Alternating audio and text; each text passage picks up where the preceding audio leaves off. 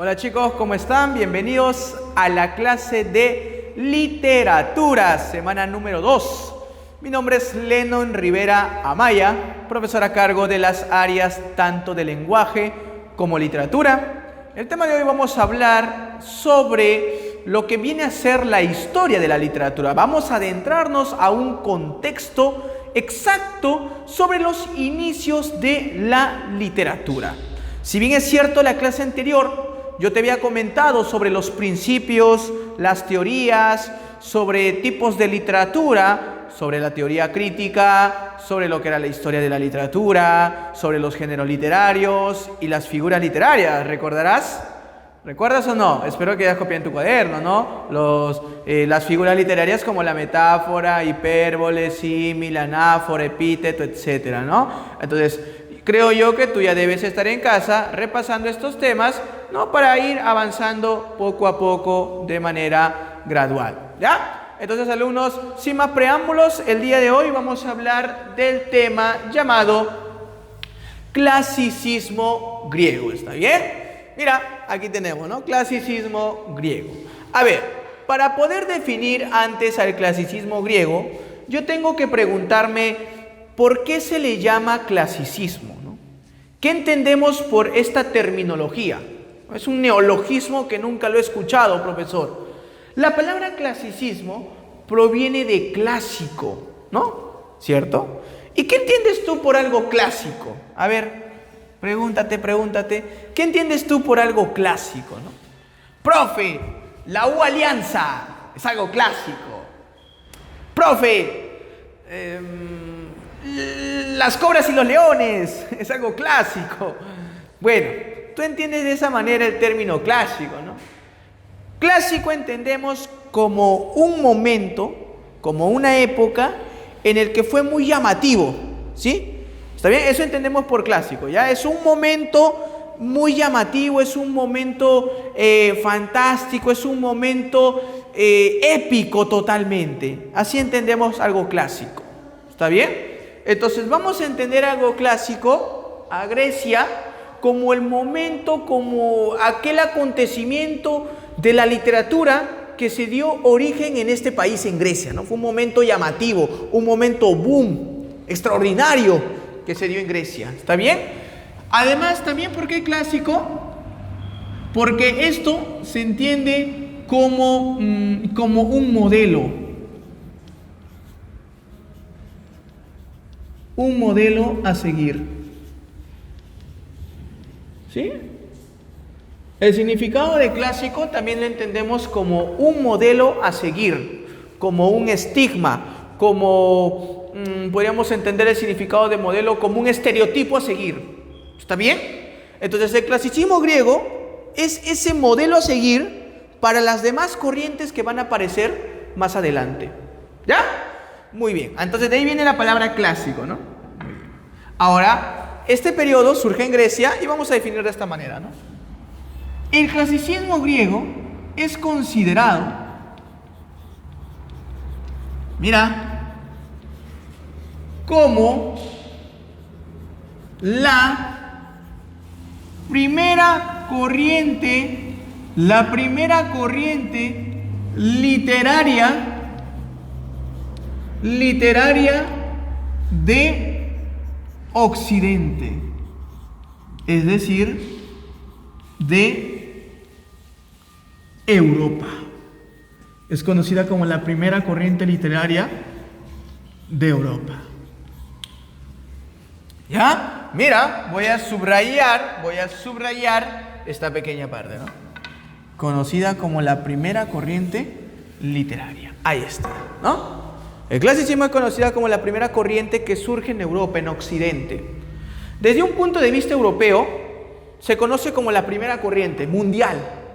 Pero si nosotros no podemos estudiar la literatura, en otro continente como en Asia ya se practicaba la literatura antes de Grecia.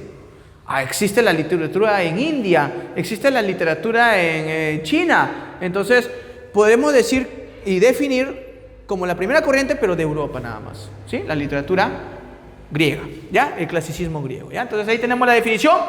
Ya sabemos la definición, conocida como la primera corriente que surge en Europa. Eso venía en examen de admisión, ¿ah? No lo vayas a olvidar. Número 2, alumno. Escúchame bien acá. Aquí tenemos algunas características muy importantes que debemos recordar. Características de las cuales el clasicismo toma, ¿no?, como referencia, está bien, a las obras literarias. Estas características deben tener las obras literarias. Tenemos la primera característica, antropocentrismo. La palabra antro significa hombre, tú debes saber. Aquí vamos a decir que el hombre, ¿sí?, es el centro de todas las cosas. Es el centro de todas las cosas. De allí el término antropocentrismo, el hombre. Pero también se va a hablar de los dioses. Y aquí no vamos a hablar de uno, vamos a hablar de muchos dioses mitológicos, de los dioses del Olimpo, de la famosa era de los titanes, etc. Fatalismo. ¿Por qué decimos que el clasicismo aquí es fatalista? Porque aquí hablamos de una predestinación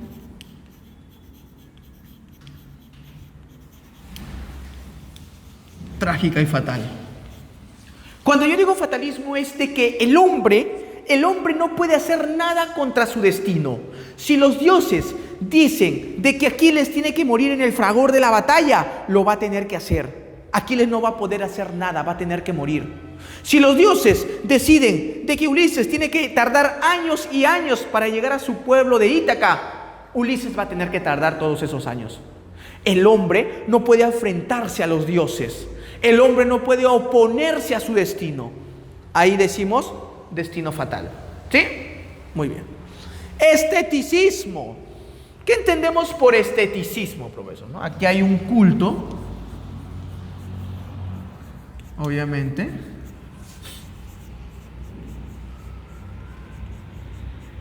Culto a la belleza. Cuando hablamos de esteticismo, es porque existe una belleza, una estética en las obras literarias de este contexto. Una belleza en cuanto a forma, la forma y el fondo. No te olvides, para buscar una belleza debe haber un equilibrio entre la forma y el fondo. La forma viene a ser la estructura de cómo está compuesta la obra. Y el fondo viene a ser el tema, el contenido, el mensaje de la obra. Estos dos deben estar presentes en una obra literaria para decir que es estética. ¿Sí? Mitológico, claro, ¿no? Lo mitológico también debe primar en este tipo de literatura, ¿no? Aquí vamos a hablar de los seres divinos, ¿no? De la mitología, ¿no? Vamos a hablar de los dioses del Olimpo, de Zeus, de Afrodita, de Apolo, ¿sí? De otros dioses más. Mitológico, ¿sí? Muy bien. Seguimos por acá. Siguiente característica, racional, porque obviamente sabemos esto. Aquí se va a dar el uso de la razón. Los dioses, jóvenes, ¿sí?, van a tomar las decisiones en los humanos, pero usando su razonamiento. Los dioses van a decidir qué pieza encajar en la historia de tal manera que todo pueda, digamos, ser coherente. Entonces, hay un uso de la razón por parte de los dioses. ¿Ya? A eso me refiero con racional. Antropomorfismo. Nuevamente el término, el prefijo antro, ¿no? Hombre. Morfismo, forma de hombre. Si tú te pones a ver quizás una película, porque existe la película La Odisea de Homero.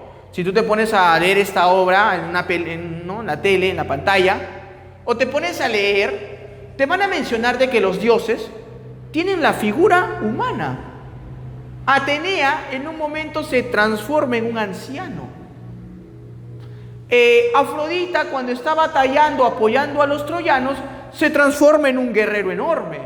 Entonces los dioses, para poder conectarse cercanamente al hombre, toman la forma humana. ¿Sí? Vamos a decir que acá los dioses, ¿sí?, toman forma humana. Ahí está. Los dioses toman la forma humana, antropomorfismo. Bien, alumnos, hasta aquí tenemos entonces las características, la definición. Ahora vamos al número 3, periodos. Recuerda que el clasicismo griego se va a dividir en dos periodos muy importantes, ¿ya? El primer periodo es conocido como el periodo arcaico o jónico. El segundo periodo es conocido como el periodo clásico o ático. El día de hoy, en este tema, en esta clase, vamos a hablar solamente del periodo arcaico jónico. Lo siguiente lo estaremos tratando para otra clase posterior, ¿ya? Entonces empezamos con el arcaico jónico, ¿no? Esto se desarrolla entre los siglos X hasta el siglo VI antes de nuestra era, ¿sí? Estamos hablando hace 1000 años antes de Cristo, alumnos. Este es el contexto más o menos sobre la etapa de la literatura en Grecia, ¿sí? A ver, por acá destaca el género épico y lírico. Hoy vamos a hablar de dos géneros, del épico y del lírico. Sobre todo del épico, que es el más resaltante. En la etapa clásica o ática se desarrolla entre los siglos VI al siglo IV antes de nuestra era, antes de Jesús. Aquí, ¿sí? Aquí destaca otro género literario muy conocido. Destaca el género dramático. Aquí está el género dramático. Y si hablamos de dramático, vamos a hablar del teatro, ¿sí? Este periodo del teatro griego lo vamos a ver en la siguiente clase, ¿ya? Hoy vamos a continuar con lo que viene a ser el periodo arcaico o jónico, ¿sí? Muy bien, alumnos, entonces al haberte contextualizado la época de la literatura en Grecia, vamos a entrar al primer periodo, periodo arcaico o periodo jónico. Ahí está, ¿no? Ahí está. Jónico, ¿está bien? No te olvides, ¿ya? El primer periodo, ahí está, ¿no? ¿Sí? Bien, vamos a definir que este periodo, ¿sí? En este periodo priman las labores de carácter agrícola. Hablamos de las cosechas, de las siembras, todo lo concerniente a la agricultura, ¿está bien? Tenemos acá a unos representantes. Te había mencionado que destaca el épico y el lírico, ¿sí? El épico y el lírico. Entonces, vamos a empezar con el lírico. Aquí tenemos a dos personajes muy conocidos. Tenemos a Safo y tenemos a Píndaro. Safo y Píndaro son los dos líricos en el periodo arcaico, ¿está bien? Safo y Píndaro. ¿Cuáles son sus obras, profesor? ¿Podría decirme? Safo tiene una obra muy conocida llamada Oda a una diosa muy hermosa, Afrodita, la diosa del amor. Safo le escribe un poema, le canta himnos, alabanzas, contempla a esta diosa llamada Afrodita. Oda a Afrodita. Recuerda que él emplea una poesía unitaria, ¿sí? Safo destaca en la poesía unitaria. ¿Por qué unitaria? Porque habla de una sola, de un solo dios, ¿no? De Afrodita. O sea, tus poemas van dedicados para una sola diosa, ¿sí? Entonces es unitario. Hay un himno a un solo dios. En cambio, Píndaro tiene su obra llamada Epinicios. Ahí está. Epinicios. ¿Está bien? Tú debes saber, alumno, por historia y cultura general, que los Juegos Olímpicos surgen en Atenas, surgen en Grecia, en este contexto, en este periodo. Y aquí destaca un personaje llamado Píndaro. En esta obra, Epinicios, Píndaro resalta la fuerza voluminosa, la fuerza exuberante ¿en quiénes? En todos los deportistas de los Juegos Olímpicos. ¿Está bien? Aquí Píndaro canta himnos y alabanzas a todos los deportistas. ¿Está bien? Aquí, ¿no? Habla sobre los Juegos Olímpicos. Va a contemplar a esos guerreros y deportistas que participaban, ¿no?, cada cierto tiempo en estas olimpiadas, ¿ya? Y Epinicio tiene una frase muy conocida, decía, ¿no? Para una mente sana implica también un cuerpo sano, decía Epinicio. ¿Ya? En su obra Epinicios esto menciona, ¿no? Y él destaca en la poesía colectiva. Vamos a colocar por acá, ¿ya? A ver, enfoca. Poesía colectiva. Mira. Sisafo destaca en la poesía unitaria, una sola diosa. Píndaro destaca en la poesía colectiva porque rinde homenaje, alabanzas, no a una sola persona, sino a varios deportistas olímpicos. ¿Ya? Muy bien, ahí tenemos lo lírico. Pasemos a lo épico. En lo épico tenemos a dos. Hesíodo. Y acá tenemos al gran Homero. Homero, ahí está. Ahí está, ¿no? Hesíodo y Homero. Hesíodo destaca en dos obras, la famosa Teogonía. ¿Has escuchado de Teogonía? Muy bien, aquí me habla sobre el origen de los dioses. Teo, Dios. Gonía, gonos, origen. Origen de los dioses. Aquí Hesíodo me cuenta la historia y el árbol, podríamos decir, genealógico de cómo se originan o cómo surgen los dioses. Desde el máximo dios Urano, teniendo a su hijo Cronos. Y Cronos va a tener que vengar la muerte, va a tener que asesinar a su padre cortándole los testículos. Estos testículos que él lo va a arrojar al mar. Y dentro del mar se forma como una espuma y aparece la diosa Afrodita. ¿Qué, profesor? ¿Afrodita nació de los testículos de Urano? Sí, nació de los testículos de Urano. ¿Está bien? Pero como Cronos había destronado a su padre, recuerda que existe el fatalismo, ¿no? El mismo destino le va a pasar a él. Cronos, cada vez que tenía hijos con Hera, siempre se comía a sus hijos, ¿no? Se tragaba, Rea, la diosa, ¿no? Con Rea se tragaba a su dios, ¿no? Y cuando la diosa Rea, pues no tenía sus bebés y este desgraciado se los tragaba, esta diosa pues quería sentir ese amor materno, ¿no? Tener un bebito, cuidarlo, ¿no? Y tiene a un hijo y lo va a esconder, ¿sí? Lo va a llevar a lo más lejano del bosque, de las montañas, y va a ser el gran Zeus. Zeus al final va a crecer y va a vengar la muerte de sus hermanos. ¿Y qué va a hacer? Va a destronar, va a atacar ¿a quién? A su padre Cronos, dios del tiempo, ¿no? Y a partir de ese entonces, Zeus salva a sus hermanos, le abre el estómago y ¡prá! Todos los dioses salen, ¿sí? Y Cronos es destronado por su hijo Zeus. A partir de ese entonces, Zeus es conocido como el máximo dios del Olimpo, ¿sí? Muy bien, es un poco la historia de la teogonía, ¿no? También tenemos por acá los trabajos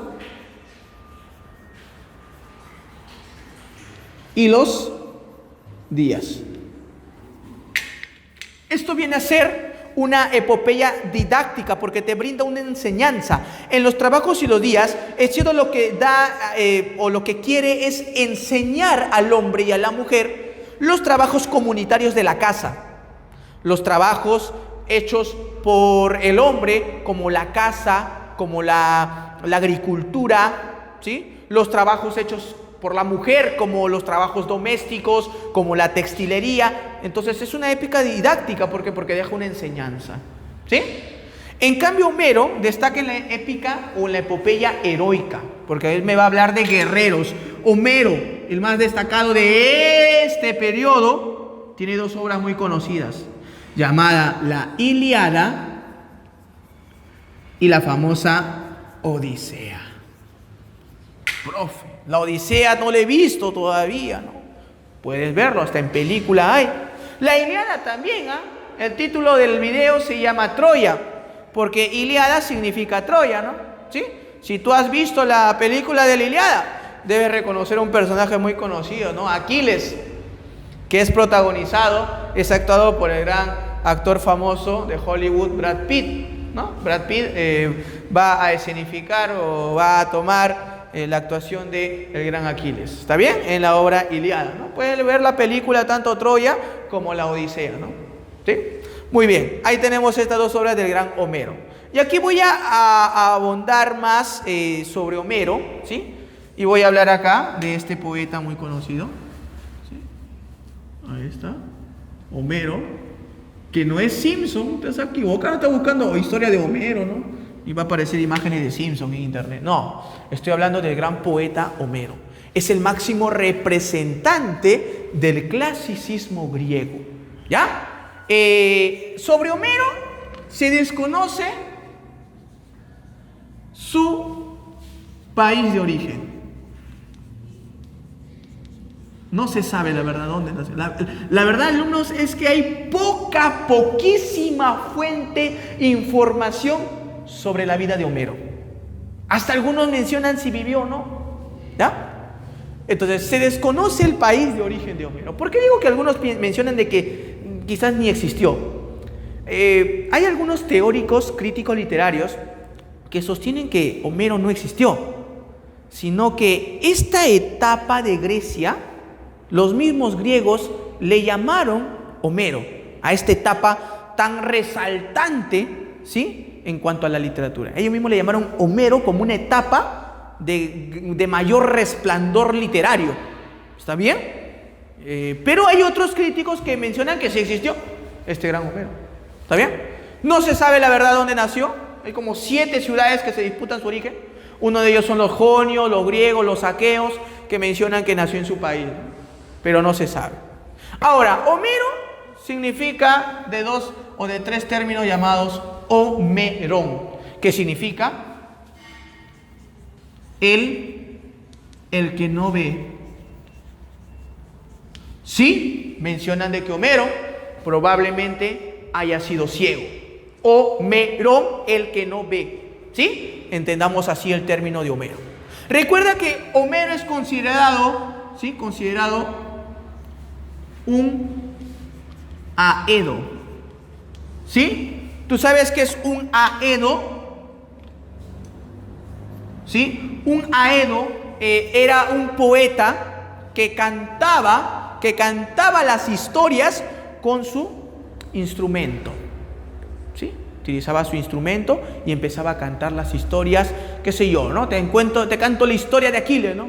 El gran hombre, el de los pies ligeros que batalló contra Héctor, el del tremolante casco, ¿no? Y te va cantando mediante su instrumento musical. Ese era un aedo en ese momento. Un rapsoda es diferente a un aedo. Un rapsoda viene a ser un poeta que te cuenta la historia, pero utiliza un bastón. Él es un rapsoda. El rapsoda usa el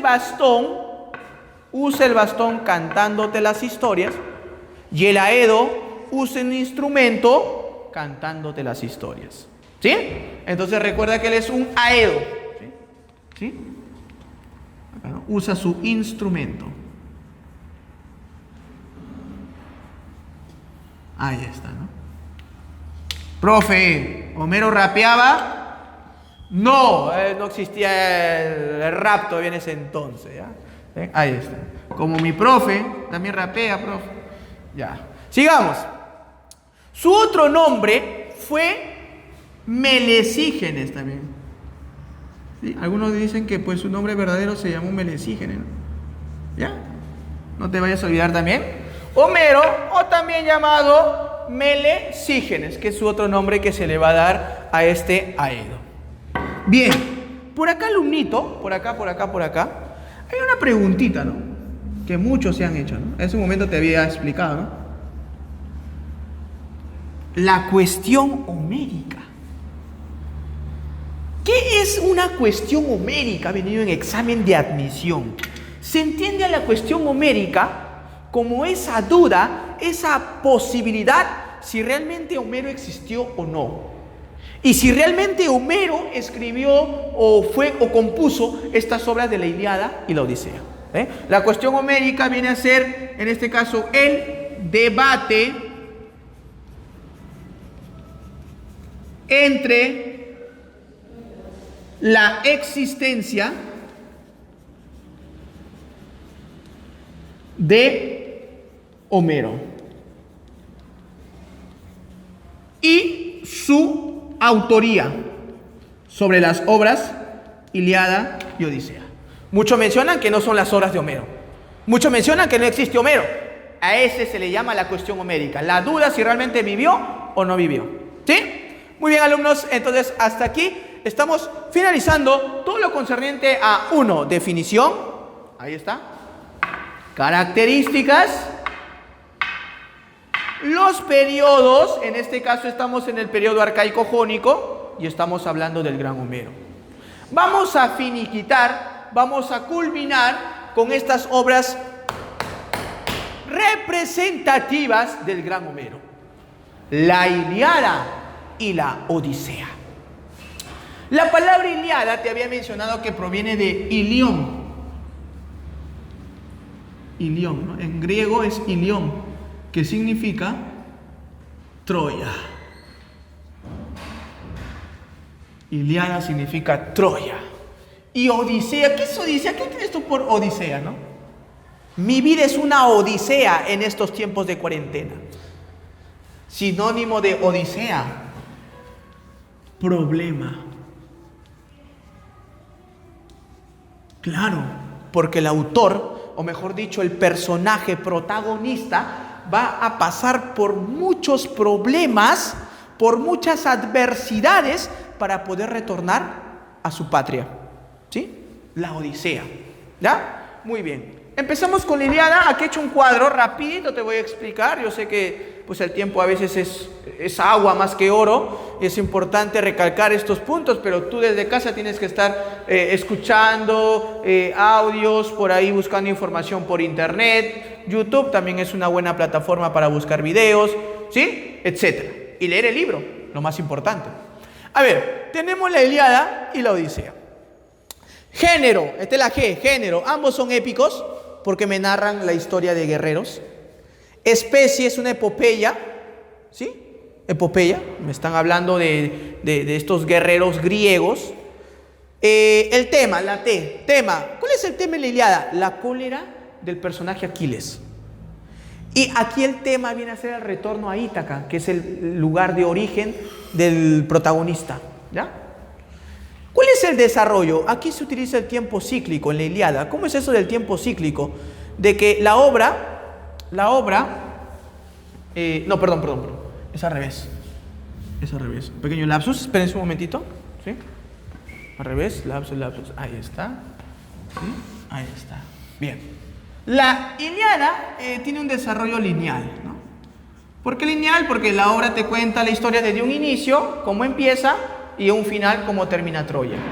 En cambio, la Odisea es cíclico. ¿Sabes por qué cíclico? Porque la obra no empieza del inicio, la obra empieza desde la mitad del asunto. A ese mitad del asunto también se le llama in media res. Por acá. In media res. En medio, ¿sí? En medio del asunto. En medio del asunto, in media res. La obra Odisea empieza así. La obra Odisea no empieza cuando pues Ulises parte a su patria, no. La obra empieza cuando él ya está capturado en una isla. De ahí empieza la obra. ¿Ya? La composición, 24 cantos. 24 cantos. ¿Sabes cuántos versos tiene esta obra? Más de 15.000 versos, alumnos. ¿Sí? Utilizan el epíteto. ¿Recuerdas? El epíteto era una figura que describe una característica propia, inherente y sobreentendida de una cosa o de una persona. ¿Sí? Por ejemplo, hay un epíteto acá. El de los pies ligeros. Ahí está. Este es un epíteto. Es un epíteto que se le da ¿a quién? Al gran Aquiles, el de los pies ligeros, porque era muy hábil. Acá, el fecundo en ardid. ¿Qué es un ardid? Una trampa, una viveza. ¿Y a quién se le conoce como el fecundo en ardid? Al protagonista. El protagonista de acá se llama Ulises. Es un tipo muy astuto, muy hábil. ¿Sí? El fecundo en ardid. Al protagonista Ulises u Odiseo también le llaman. ¿Sí? Bien, ¿quiénes son los personajes, profesor? ¿Puede ayudarme, por favor? En la Ilíada tenemos personajes como ¿quién? Tenemos como Afrodita. Ahí está. La diosa del amor. Tenemos al dios Apolo. Ese es el dios del oráculo de Delfos, de los templos. Tenemos también a Hefestos, el dios de la armadura. Tenemos también a Atenea, la diosa de la sabiduría. ¿Ya? Son los dioses en la Ilíada. ¿Y quiénes son los humanos acá? Mira, en la guerra de Troya se da una pelea entre dos bandos: los aqueos o griegos y los troyanos. En los aqueos o griegos tenemos ¿a quién? Al gran Aquiles. Pero también tenemos a Ulises, ¿ah?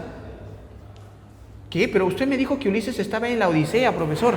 Sí, lo que pasa es que la Odisea es la continuación de la Ilíada. ¿Sí? Ulises. Tenemos también al mejor amigo de Aquiles. ¿Cómo se llamaba? Patroclo. Era su mejor amigo, su amigo íntimo, le decían algunos. Profesor, ¿cómo es eso, no? Lo que pasa es que en ese entonces, a un compañero de armas, a un compañero de guerra, tú lo amabas tanto como el sentimiento de amor que puedas tener con tu esposa. Era enorme esa fidelidad con tu amigo. Eran amigos muy íntimos, ¿sí? No homosexuales, ¿eh? O bueno, no se sabe la verdad, ¿no? A ver, por los troyanos tenemos ¿a quién? A Héctor. Tenemos a Paris, el hermano de Héctor. Al papá de los dos, Príamo, el rey de Troya, Príamo. ¿Sí? Y otros personajes más, te estoy colocando los principales, ¿ya? Recuerda que la cólera de Aquiles se da ¿por qué? Primero se da la cólera porque a Aquiles le van a quitar su criada a su, podríamos decir, a su mujer, ¿no? Una criada tenía que se llamaba Briseida. Agamenón, que es el rey que va a también batallar acá, el rey de Micenas, Agamenón va a quitarle la criada a Aquiles. Aquiles se va a molestar. ¿Y sabe qué le va a decir? ¿Sabe qué? Anda a pelear con los griegos, yo me retiro de la batalla. Se retira. Patroclo va a insistir a Aquiles de que continúe la batalla, pero Aquiles es orgulloso, no quiere. Patroclo decide utilizar la armadura de Aquiles en la batalla. Y cuando están peleando con los troyanos, aparece desde lo más lejos el príncipe de Troya, Héctor. Y Héctor se la tenía a jurar a Aquiles. Y cuando ve que pues la figura de Aquiles y su armadura, empieza a atacarlo y ¡prac! Lo mata. Mata a esta supuesta figura de Aquiles. ¿Pero quién era? Era Patroclo. Al final Aquiles se entera de la muerte de su mejor amigo. Imagínate cómo se sintió.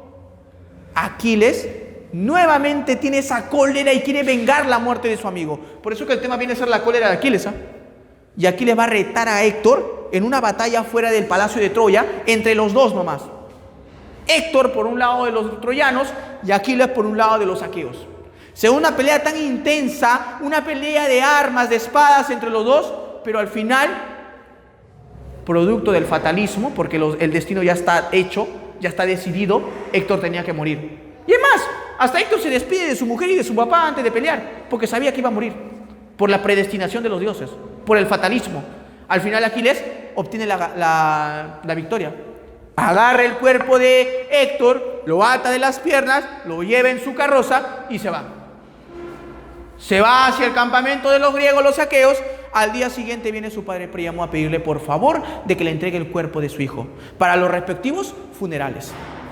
Al final, Aquiles decide darle el cuerpo, porque estaba muerto también. ¿De qué servía?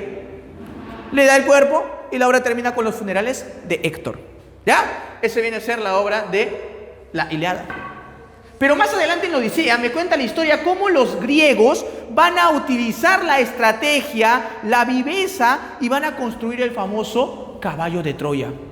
¿Sí? Con la viveza de Ulises. ¿Ya? Y aquí vamos a hablar del gran Ulises.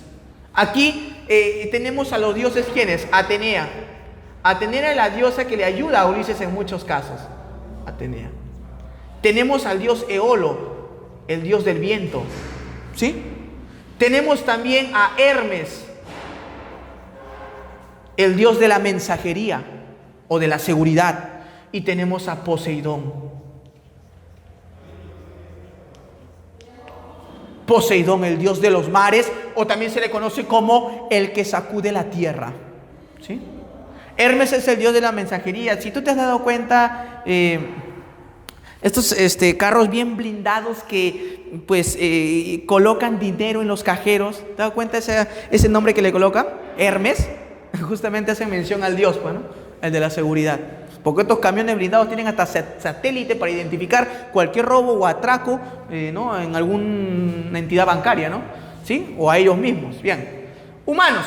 Acá los humanos tenemos a Ulises. Este es el personaje principal. Ahí está. ¿Sí? Tiene su esposa. ¿Cómo se llama su esposa? ¿Te acuerdas? Ahí está. Penélope. Ahí está la Penélope, ¿no? Tenemos al hijo de Ulises, Telémaco. Telémaco. Ahí está. ¿Sí? Tenemos también a... ¿qué otro personaje más podemos encontrar acá? Ya está, Atenea es una diosa. Telémaco. Tenemos también a Tiresias. Una hechicera también llamada Circe, ¿no? No sé si será un humano o hechicera, le ponemos, ¿no? Algunos dicen que es una divinidad, ¿no? Circe, ¿ya? Bien, aquí me cuenta la historia de Ulises, pero la obra se divide en 3 partes, ¿sí? 1, telemaquía, 2, retorno, 3, venganza, ¿sí? Mira, te voy a explicar rapidito, rapidito acá. La obra se divide en 3 partes, telemaquía, 2, retorno, y 3, venganza. ¿Sí? Yo te había mencionado que la obra empieza al final, casi al final. La telemaquía es cuando su hijo Telémaco ya está adulto, ya tiene barba, todo, ya es un joven ya. Y pues se sigue esperando a su padre. Su padre tenía que volver de la guerra de Troya. No llegaba. Pero aparece Atenea disfrazada de anciano y le dice a Telémaco: Telémaco, busca a tu padre, ve, recorre los mares, porque él está vivo. Y al final Telémaco, motivado, empieza a buscar a su padre. Acá se da la búsqueda del padre. Búsqueda a papi. Ahí está, papi. Ahí está, ¿no? Telémaco, ¿ya? Pero al final, ¿sabe dónde estaba Ulises? Estaba prisionero en una isla Ogygia, donde estaba la diosa Calipso. Esta diosa la tenía prisionero porque se había enamorado de Ulises, prisionero de amor. La sometía o lo sometía al pobre Ulises a tener relaciones sexuales, ¿no? Ay, profe, pobrecito Ulises, no lo obligaban a tener relaciones. Sí, Ulises estaba aquí sometido por la diosa Calipso, pero Atenea le va a pedir al dios Zeus de que le ordene a Calipso a que suelte a Ulises. Al final Calipso tiene que soltar a Ulises y Ulises se va a ir por los mares. Ahí está el retorno, ¿no? Acá se da el regreso a Ítaca. ¿Ya? Pero Ulises tenía un resentimiento con Poseidón, el dios de los mares. Entonces Poseidón pues dominaba los mares, ¿no? Hizo de que Ulises naufragara en el mar, se ahogara y terminara en una isla, la isla de los Feacios. Al rey Alcino le cuenta su historia. Y ahí es donde, mira, cuando él llega a la isla de los Feacios, le cuenta a Alcino toda su historia, llorando, recuerda, pues, ¿no? Porque cuando él estaba en el palacio de Alcino, pasa un rapsoda contándole las historias de la guerra de Troya. Ulises, al escuchar estos cantos del rapsoda, empieza a recordar todo su momento cuando estuvo en Grecia con sus amigos, sus bribones, con todos sus soldados, y al final él estaba solito porque habían muerto toditos en toda su aventura que pasó. Ulises se puso a llorar como un bebé, y le cuenta al Alcino y le dice: yo soy el gran Ulises, yo estuve en esa guerra, vine de Troya, pero lamentablemente no pude retornar a mi patria. Te pido de que por favor me ayudes. Y te voy a contar mi historia. Esto sucedió así. Tuve que ir a la isla de los ciclones, luego pasar a la isla de los cíclopes, donde me tuve que encontrar con el gran Polifemo, este enorme cíclope de un ojo. Casi me mata, pero yo le dije que me llamaba nadie. Y cuando él me quería atacar, llamó a sus hermanos y le dijo: hermanos, nadie me está atacando. Por lo tanto, los cíclopes hermanos no llegaron en ningún momento y yo pude escaparme. Después me fui a la isla del dios Eolo, el dios de los vientos. Me dio todos los vientos en una bolsa, en un saco, para poder llegar a mi casa tranquilamente. Pero mis soldados egoístas abrieron el saco, pensaban que era oro, sacaron el aire y tuve que nuevamente naufragar por los mares. Llegué a la isla de Circe, la hechicera. A muchos de mis soldados los transformó en cerdos. No pude hacer nada. Amenacé a esta mujer a que me diga cómo retornar a mi patria. Me dijo que bajara al inframundo y que me encontrara con el adivino Tiresias. Tuve que ir al infierno y pedirle favor a Tiresias de que me ayudara. Me dijo de que vaya por la isla de las sirenas. Muchos de mis soldados fueron encantados por las sirenas, llevados a las profundidades de los mares. Pasé por la isla de Caridis, esta bestia enorme, una serpiente de 3 cabezas que mató a mis últimos soldados. Al final terminé en la isla Ogygia, en Calipso. Todo eso pasé Alcino para poder retornar a mi patria. Te pido de que por favor me ayudes a regresar. Y Alcino, jóvenes, se queda conmovido por todo lo que le cuenta Ulises. Y Alcino manda y ordena un barco para retornar a su patria. Esta es la segunda parte, regreso ahí. ¿Te das cuenta cuando Ulises le cuenta todo lo que pasó? Una especie de flashback, un retorno al pasado. A eso se le llama in media res o tiempo cíclico, cuando regresas al pasado. ¿Sí? Bien. Y luego al final se da la venganza, ¿no? Ulises llega por fin a Ítaca, luego de 20 años a más. Y él va a mata a los pretendientes. Lo que pasa es que tú debes saber, pues no, ya muchos años ya pues Ulises estaba fuera de su país, ¿no? Y mucha gente quería ser rey de Ítaca, ¿no? Muchos decían, no, Ulises ya murió, ya, tiene que haber un nuevo rey. La mujer Penélope está solita, está solterita, ¿no? Alguien tiene que, pues, reemplazar a la figura paterna, a Telémaco también, ¿no? Entonces, muchos pretendientes pues querían estar con Penélope y tomar el poder de Ítaca, ¿no? Penélope les ponía una condición, ¿no? Yo voy a elegir al rey de Ítaca, a mi futuro esposo, siempre y cuando termine de tejer esta prenda. Y Penélope todas las mañanas tejía y todas las noches destejía. Todas las mañanas tejía y todas las noches destejía. No había ningún día para acabar, ¿no? Los pretendientes se enteran y Penélope tiene que retar a todos los pretendientes a que armen un arco y lancen la flecha por 12 círculos. Ninguno lo hizo hasta que aparece Ulises.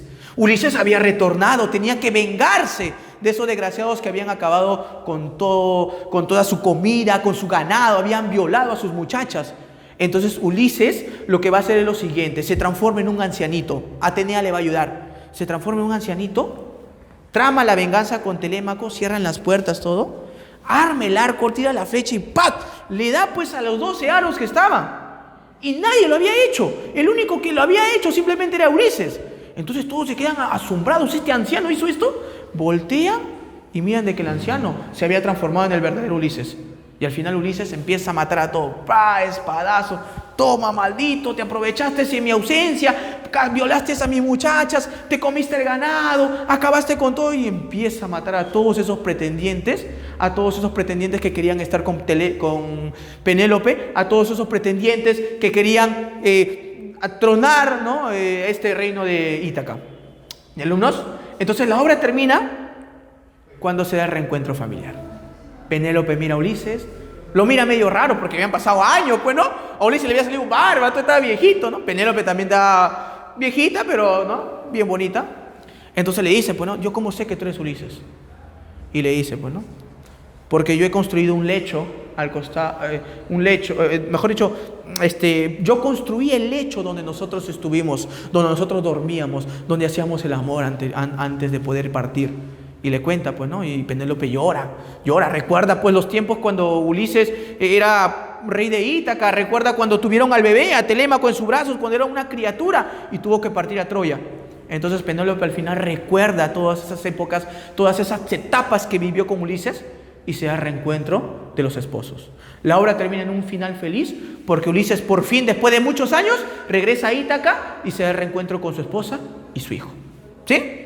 Muy bien, alumnos, entonces esta viene a ser la obra de la Odisea y la Ilíada. Espero que me hayas entendido. Si por ahí hubo un percance, por ahí me trabé, me disculpes, y ya en casa también tienes que estar investigando sobre algunos datos adicionales más, ¿sí? Muy bien, alumnos, hasta aquí cerramos el segundo tema de literatura. Nos estaríamos viendo en otra oportunidad. Muchas gracias.